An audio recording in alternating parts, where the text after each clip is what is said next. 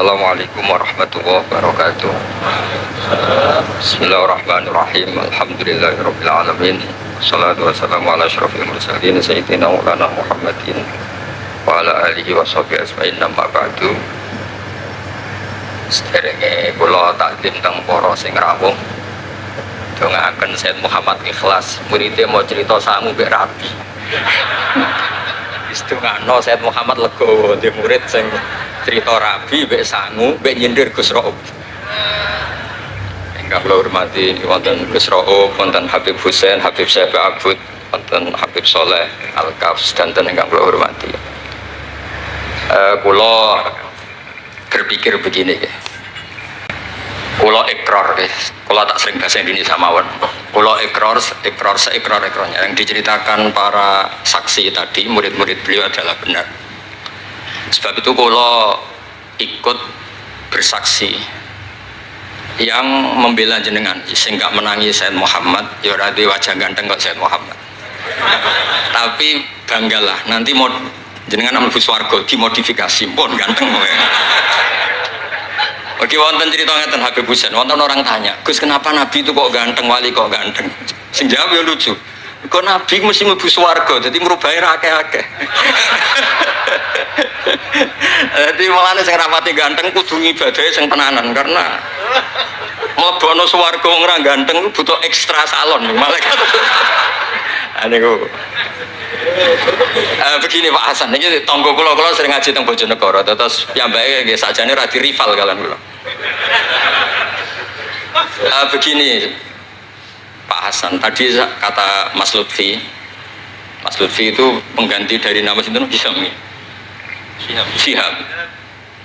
Itu begini, ada cerita dan ini semua yang tidak menangis Sayyid Muhammad kedah senang karena hadhil millah atau hadatin ini milik yang menyaksikan Rasulullah SAW juga yang tidak menyaksikan. Ini pokoknya kalau bela mayoritas, secara pemilu mesti menang pulau karena ini mayoritas. Rasulullah itu begitu mencintai dan begitu rindu sama ikhwani. Mereka kata sahabat, saya ini ikhwanu kayak Rasulullah. Enggak, antum ashabi, kamu itu sahabat saya. Ikhwani adalah man amana bi walam yaroni. Mereka iman sama saya padahal tidak ngerti. Itu hebat luar biasa. Wong tidak ngerti kok iman. Wong ora tau disangoni Sayyid Muhammad kok seneng. Itu hebat. Lah sing biasa disangoni untuk bojo kan seneng wajar. Nggih setuju ya? Mboten niki kan argumentasi ilmiah. Saya ini lho niki seksine Gus Rob. Saya ini di antara muridnya Mbah Mun yang kompetitor ilmiahnya baik, termasuk kategori A. Kategori A. Masalah ilmiah loh. Nah, masalah ubudiyah kalau biasa. Tapi biasanya saya itu berkah. Nabi itu nggak pernah negur orang yang ibadahnya biasa-biasa saja. Yang ditegur adalah yang ibadahnya berlebihan, yaitu Abdullah bin Amr bin As. Ngerti sampai?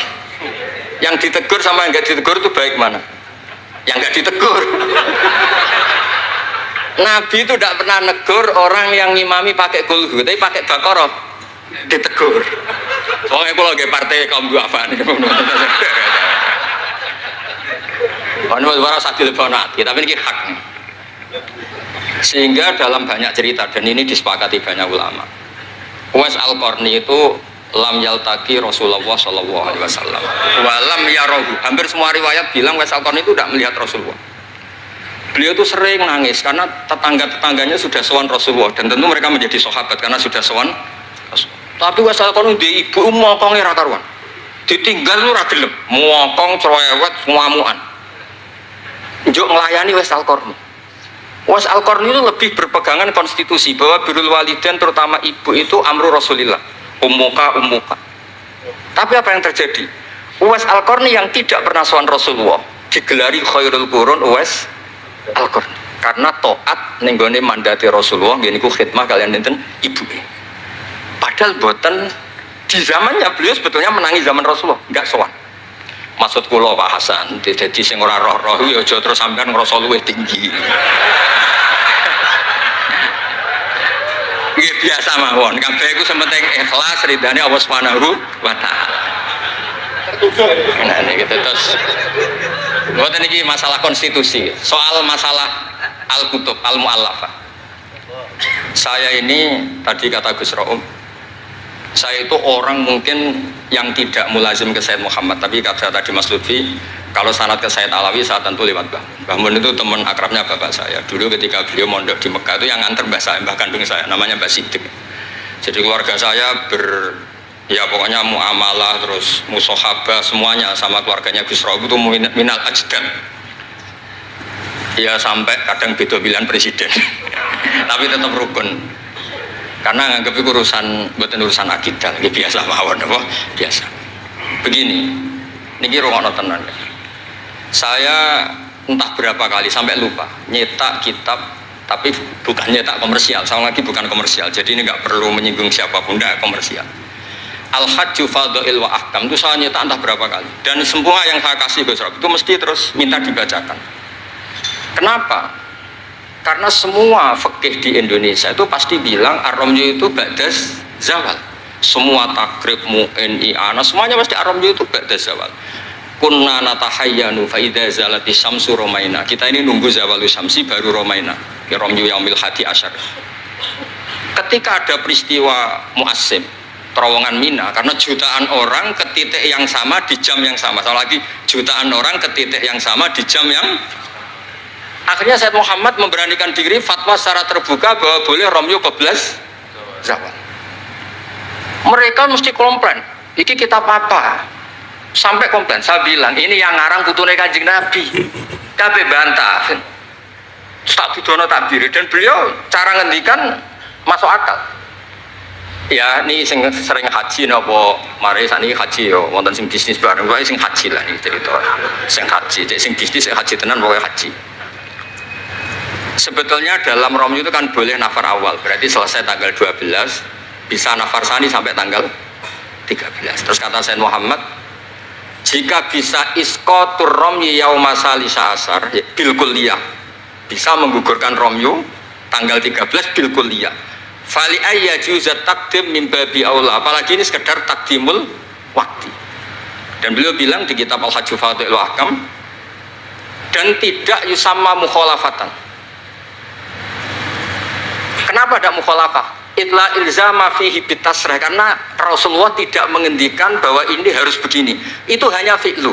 Fi'lu bisa ya dulu alal jawaz, bisa alal aulawiyah, nggak ada jaminan kalau itu syarat apa? Sah. Terus akhirnya orang tuh ayam semua, tenang semua. Berdasar fatwa Sayyid Muhammad yang kita sosialisasikan. Saya baca itu berkali-kali. Jadi saya cerita, jadi ini benar-benar cerita naskahnya Sayyid Muhammad. Orang cerita sanggup. Terus kedua, tawaful haid. Saya sering ketemu orang-orang yang nekuni medis. Gus, kalau kita pakai obat itu kadang masalah, ada efek samping gini-gini. Padahal kalau kita nunggu suci kayak cerita Sayyidah Aisyah, Rasulullah itu pimpinan. Mereka pasti ikhlas disuruh nunggu Sayyidah Aisyah sampai suci kemudian tawaf ifadah. Tapi ini kan kita orang kebanyakan. Hotelnya kalau lama-lama kita tidak kuat bayar, kena komplain. Pesawatnya juga gitu, kalau lama-lama juga kena komplain, bisa pulang kan. Dan itu kata Sayyid Muhammad sederhana ketika beliau menyarankan tawaful haid itu intikal madhab saja, atau tidak usah intikal. Kalau mendekati waktunya habis langsung tawaf, tapi nunggu waktunya mepet, karena dengan mepet berarti statusnya darurat, tapi statusnya darurat. Terus kata beliau dengan entengnya ngendikan di mana-mana yang namanya wajib atau syarat sah itu ya ma'al kudroh. Ini tidak kudroh berarti syarat itu hilang. Di mana-mana syarat menjadi syarat ya kalau kudroh. Ini tidak kudroh ya berarti syarat itu hilang. Sehingga terus kita nyaman tawaful haid.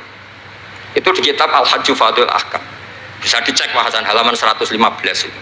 Ini bukan cerita Malaysia, cerita tek. Jadi buat ini serius. Karena tadi kan orang-orang bisa guyon cerita nikah, berarti Anda tukang nikah. Nah kalau sekarang guyon karena ilmu, berarti Anda mubarok betul. Cerita nikah iso guyu, cerita ilmu iso guyu, berarti waras sampean. Ternyata bisa senang dengan ilmu, bisa senang. Ya relax saja.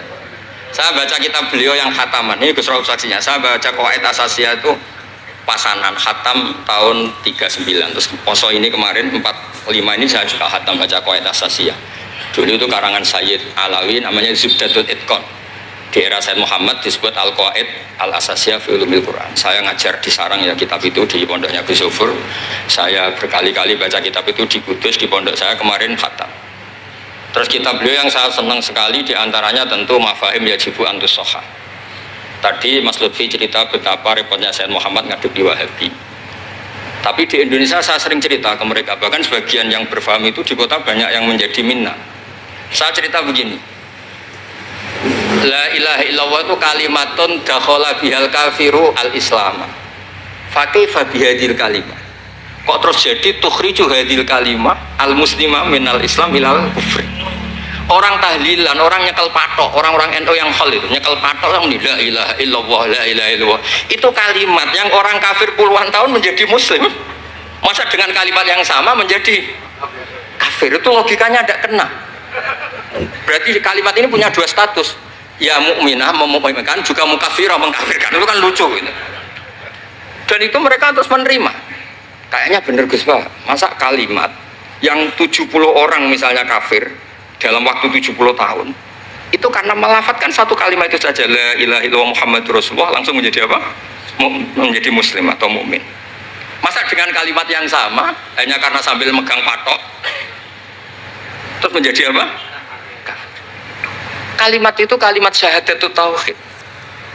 Makanya saya mohon para muhibbinya Said Muhammad itu harus baca kitabnya. Saya ini bukan niat sombong.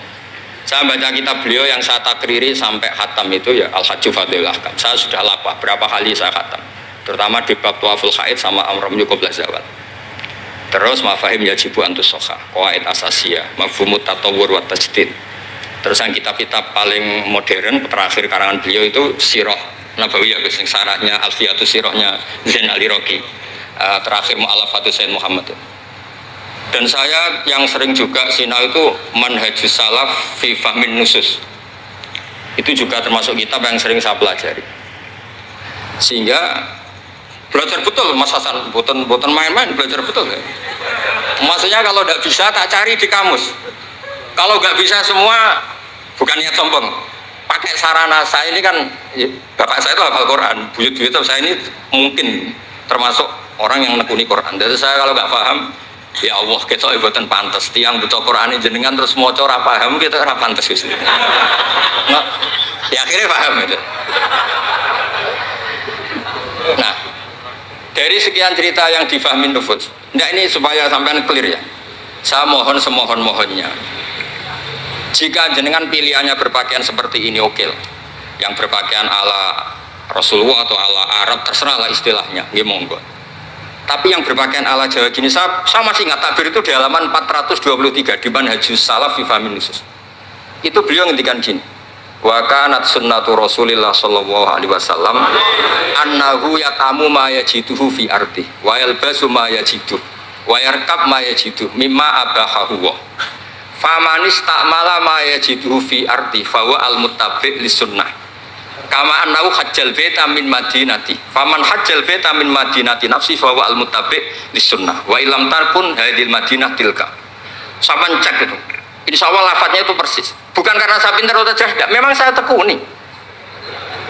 Aku raiso seneng terus masang foto itu tidak bisa, saya tidak jenis seperti itu. Terus seneng ngenang di sangon itu orang iso, saya itu sebenarnya nggak bisa. Tidak bisa, saya tidak jenis itu. Saya itu ya sering dikasih uang Mbah Mun, Gus Rauf saksinya, tapi ya saya ngenang beliau itu ya kitabnya tak pelajari al-ulama tak baca depan santri saya khatam. Saking senengnya saya Mbah Mun ke Sayyid Muhammad sama beliau punya karangan Maslakut Tanassuk bil ittisalat li Sayyid Muhammad, Maslakut Tanassuk al-Makki fil ittisalat bi Sayyid Muhammad al-Maliki. Saya baca khatam. Saya sampai lupa entah berapa kitabnya Sayyid Muhammad, saya baca khatam dan ada takrirannya. Takriran ini penting karena argumentasinya ilmiah. Misalnya begini. Kalau orang ke kuburan kemudian agak diluk, dianggap suratus sajidin li makhlukin. Suratus sajidin li makhlukin. Maka kata Sayyid Muhammad kadang jawab ya lucu. Berarti orang yang koinnya jatuh, koin duit receh. Kalau saya kan mungkin sudah kaya uang kayak itu, koin jatuh tidak ambil. Kalau sampean kan masih diambil. Itu kan mesti fisuroti sajid atau fisuroti roke. Lah kalau itu dianggap murtad, semua orang yang ngambil HP-nya jatuh, itu semuanya Murtad karena ada suratus sujud li makhlukin, apalagi ini makhluknya koin. Nah ini bukan guyon, ini data ya. Maksudnya tak baca di sini karena memang saya profesional. Kalau tapi jangan ngundang saya, yang berang ngundang saya Gus Rawi itu pun sekali ini dok perjanjian. Saya ini punya buyut-buyut Habib Husain Babut. Buyut-buyut saya itu tukang uzlah. Jadi saya termasuk kiai yang nggak suka diundang. Paling saya hanya ke Pasuruan karena Kiai Hamid Pasuruan itu sepupunya mbak saya. Ke Gus Rawi karena putranya guru saya. Pernah diundang Gus Kafabi karena agak-agak dipaksa. Mbah Mun itu ngaji di Pak Karim, berarti jenengan cucu murid sih. Waduh. Kok pakai ancaman ini Pak? Wah ya sudahlah, saya nurut tuh. Saya nurut, tapi saya bilang begini, saya ini punya pondok Quran, sering deres Quran. Tadi kata Gus Rauf sering deres Quran, sering nyemak Quran. Ya monggo kalau berani menanggung hisab itu. Akhirnya terus sekali aja karena resiko juga kan mengganggu orang yang deres itu. Buatan ini buatan ancaman, buatan cerita mawon, buatan saya biasa. Nah ini saya baca beberapa teks yang supaya jenengan ngerti. Ketika saya Muhammad mencintai Imam Malik, itu beliau sampai punya karangan Imam Mudairil Hijrah Malik bin Sabri, sekian cerita betapa saya Muhammad itu mencintai Imam Malik. Makanya beliau dengan gelar Al-Maliki. Beliau karuan Al-Hasani tapi beliau menyisipkan gelar apa? Al-Maliki. Kenapa? Saya cerita sekian mazayanya Imam Malik. Imam Malik itu tidak berpendapat kalau ba'da sholatil asri masuk masjid itu disunatkan sholat, karena bagaimanapun itu waktu ba'dal asri meskipun ada sebab mukorin yaitu masuk masjid. Tapi beliau ada anak kecil, di sini ada takbirnya, ada anak kecil bilang ya syekh kum farkah, kamu ini sudah syekh sudah kiai masuk masjid dan sholat tahiyatul masjid, kum farkah. Beliau tidak debat, langsung sholat. Ketika ditanya, innahu laisa bimadzhabik, itu tidak madzhab engkau ya Malik. Inni khosyitu an akuna minal ladzina idza qila lahum murka'u la yarka'u. Kayak apa? Maksudnya Mas Hasan, kalau senang Imam Malik, yang ngarang Imam Malik. Kalau senang Sayyid Muhammad, ya baca kitabnya. Selain cerita dinikahkan dan cerita dikasih uang. Buat ini ganjarannya kata kula gojlok. Mergi dadi jenengan seneng, jenengan ngomong itu kan ganjaran. Nah sampean takok, lah ono korbane, kalau tadi ya korban berkali-kali kan. Terus ada lagi cerita tentang Imam Malik itu pernah dimintai orang miskin. Saya minta uangnya. Imam Malik jawab, dohirnya itu tidak Islami. Saya tidak punya uang. Kapan-kapan saja ke saya.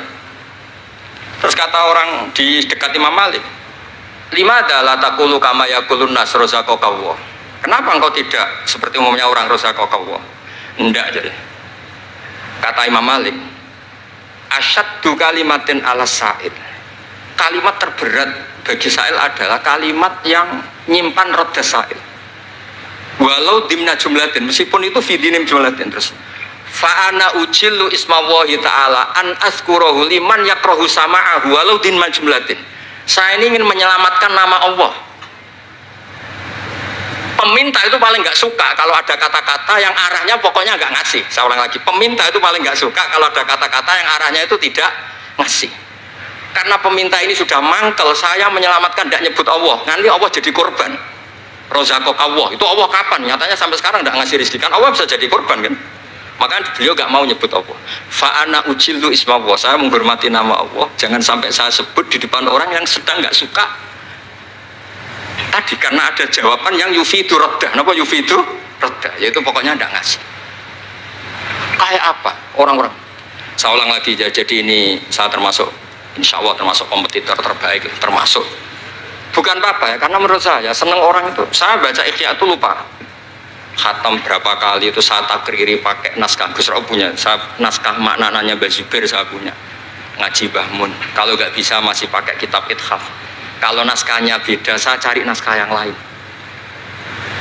Karena saya senang Ikhya, Minhajul Abidin, pokoknya kitab-kitabnya Imam Ghazali. Saya senang kitabnya Mbah Mun, Mbah Zubair, semua. Bukan apa-apa.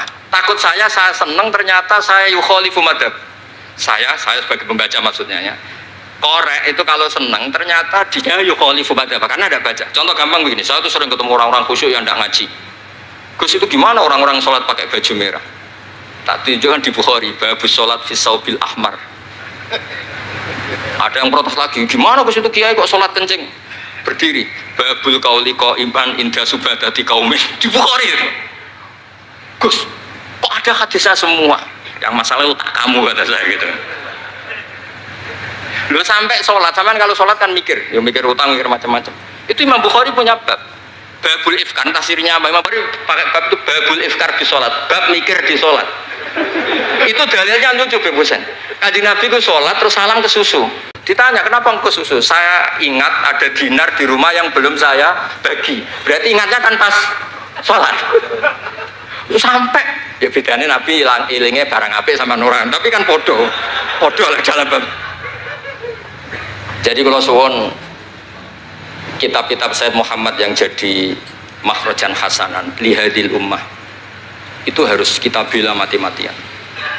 Misalnya begini, Ataqah Somadia, mungkin di Jawa Timur disebut Ataqah Kubra, yang baca kulhu beberapa kali, yang katanya bapaknya terus masuk surga itu kan kalau di kampung saya Gus, kalau ada baca gitu yang selain anaknya tak udah kamu udah usah serius ramlah di bapak, anaknya tenang-tenang. Pernah ada orang ngundang saya, Gus ngocok Ataqah Kubra Gus, anaknya mau nggak mangkon, monggo pinar, saya pulang.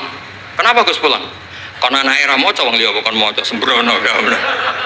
Sing ana ning hadis awaladin sholihin yatullah, ra ono au kiyayin sholihin yatullah kamu. Langsung Gus jenengan ngawur ya dalil. Aku ora ngawur pancen aku wong alim, mesti roh tenan.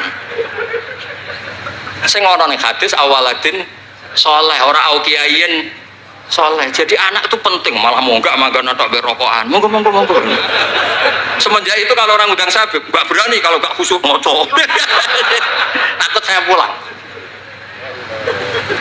Lah misalnya yang undang bagakno nyangoni saya, sugih saya. Kan mboten ngefek no, teror itu mboten ngefek. Jadi ini penting, meskipun guyon, ilmu itu didudukkan. Sayyid Muhammad ngendikan hadis-hadis tentang jumlah kul huwallahu ahad semuanya itu dhaif. Saya pernah ngaji itu di Kudus cerita gini, alhamdulillah kok dhaif. Hadis tentang jumlah la ilaha illallah yang banyak alhamdulillah juga dhaif. Karena kalau itu syarat sahnya harus banyak, berarti begini, mangqala la ilaha illallah mi'ata marrah lagi dakhalal jannah. Berhubung enggak ada jumlah mi'ata marrah, satu pun sudah dakhalal jannah. Kul huwallahu ahad juga sama, di riwayat Bukhari jelas. Ada orang kalau imami baca kulhu ditanya, kenapa engkau baca kulhu? Li'annaha sifatur rahman, fa'ana uhibbu an aqra'a biha. Kata Nabi apa? Jibril datang, akhbir ya Muhammad, annallaha yuhibbu bihubbihi qul huwallahu ahad. Dan semua riwayat kadang hanya bilang hubbuka iyyaha adkhalakal jannah. Dan enggak ada riwayat hubbuka iyyaha wa qira'atuka alfa marra wa alfa marra lagi dakhalal. Kalau ada riwayat itu innalillahi wa inna ilaihi raji'un, kita punya masalah besar karena kita nggak kuat baca lama-lama itu udah kuat. Artinya gini, kita harus menjadikan kitabnya Sayyid Muhammad ketika menvonis hadis-hadis yang jumlahnya besar tadi. La ilaha illallah. Soal kamu lakukan tetap baik, kita sepakat itu baik. Tapi jangan jadi aturan hukum. Saya ulang lagi, baca banyak tentu tetap baik, tapi jangan menjadi aturan. Kalau jadi aturan hukum berarti gini.